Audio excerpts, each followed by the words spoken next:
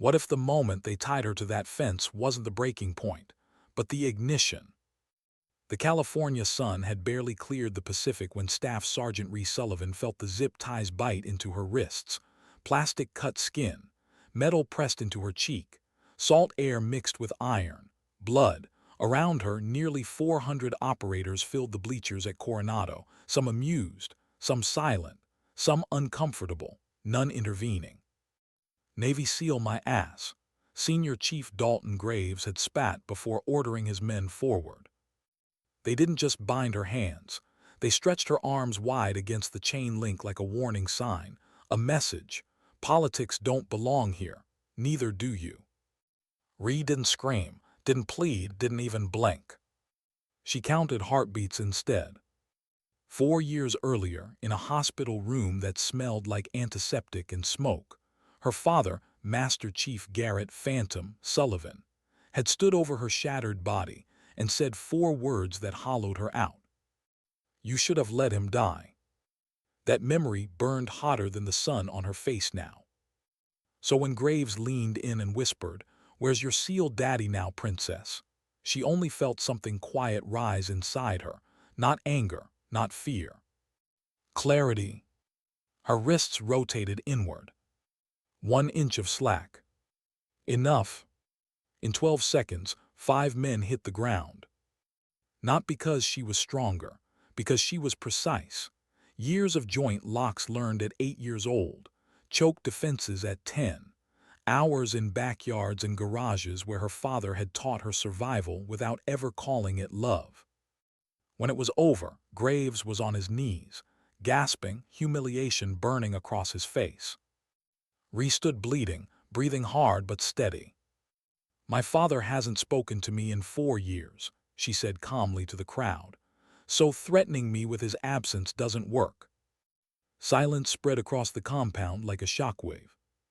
And in the shadow of Building 7, watching through binoculars, Phantom lowered his hands for the first time since Syria and felt something unfamiliar. Pride. But pride was complicated when it arrived 4 years too late. The fight didn't end at the fence. That was only the spark. 3 hours later, Captain William Hayes sat behind a desk heavy with consequence. A formal complaint had already landed on it. Assault, conduct unbecoming, instability under stress. The narrative was forming. A woman lost control. Ree listened without flinching. Inside, though, doubt moved like a slow tide. Not about the fight, she knew what had happened, but about the system, about whether truth had weight in rooms built long before she was born. "You can transfer," Hayes said quietly. "Go back to the Rangers, survive. Or stay and fight something bigger than a man." Ree thought about Syria. The blast. The pressure plate she'd seen half a second before Lieutenant Commander Elliot Torres stepped forward. She had moved without calculation. Taken the explosion. Collapsed lung, shrapnel across her ribs, 14 minutes on her back directing fire missions while blood filled her chest. Torres lived. Sergeant Caleb Porter and Specialist Tyler Vaughn, behind her, didn't. That was the weight she carried, not politics, not gender debates. Names. She lifted her eyes to Hayes. "I'm staying." Because leaving would mean those names meant nothing. Outside that office, Phantom waited. 4 years of silence stood between them like a minefield. "I was afraid," he admitted when they were finally alone. "Of what?" "That you were better than me." The confession didn't feel triumphant. It felt tragic. He had chosen mission over man in Grenada decades ago, let his mentor die to complete an objective, built a legend on that choice, buried humanity beneath call signs. She had chosen differently, and it had terrified him. The distance between them didn't disappear that day, but something shifted, a crack in the armor. And cracks let light in. The court-martial came like a storm. Witnesses lined up for Graves, polished stories, coordinated angles, the kind of unity built from shared resentment. Ree sat at the defense table, hands folded, heart steady but heavy. She wasn't afraid of losing rank. She was afraid of being reduced to a symbol, a mistake. On the third day, Phantom took the stand. Legends don't often confess. He did. He told them about Grenada, about Donovan, about cowardice disguised as discipline, about telling his daughter she should have let a man die because he couldn't face the fact she had chosen compassion over calculation. The courtroom stopped breathing. She showed restraint, he said, voice breaking. She could have killed those men, she didn't. In that moment, he was Phantom. He was just a father trying to undo damage done by pride. The verdict came on a Wednesday morning. Not guilty. On all counts. Graves was stripped of rank, discharged. But victory felt quieter than anyone expected. Because this wasn't about revenge. It was about what came next. 2 weeks later, a call from Washington changed the battlefield entirely. Integration was failing, not because women lacked ability, but because the structure lacked belief. They needed proof.